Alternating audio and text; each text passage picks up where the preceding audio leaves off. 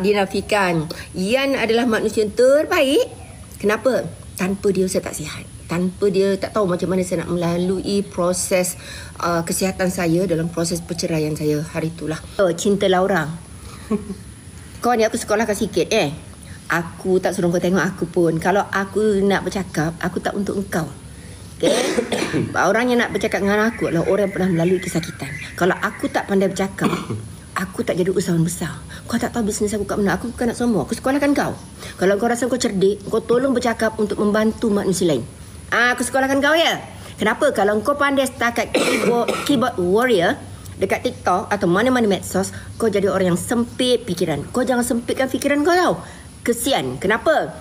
Tidak ada orang yang melihat fardu kifayah membentuk orang lain melalui pengalaman sendiri. Tolong jadi manusia yang rasional. Bukan jadi orang tersangat buruk laku, menjatuhkan orang lain. Hanya kau nampak apa salah aku? Cuba cakap sikit. Apa kau nampak salah saya yang menyakiti kamu sangat tersakiti? Tolong cakap sikit. Halah. Tersakiti. Kesian sangat engkau. Cermin ke tak ni? Tu Bonda semua cakap love lah topik ni Bonda. Sambung lagi Bonda. Aku tegur sikit. Tolong keluar daripada saya. Dia cakap apa tadi? Dia cakap apa? Saya ni terlampau pandai bercakap sesuatu. Aku nak cakap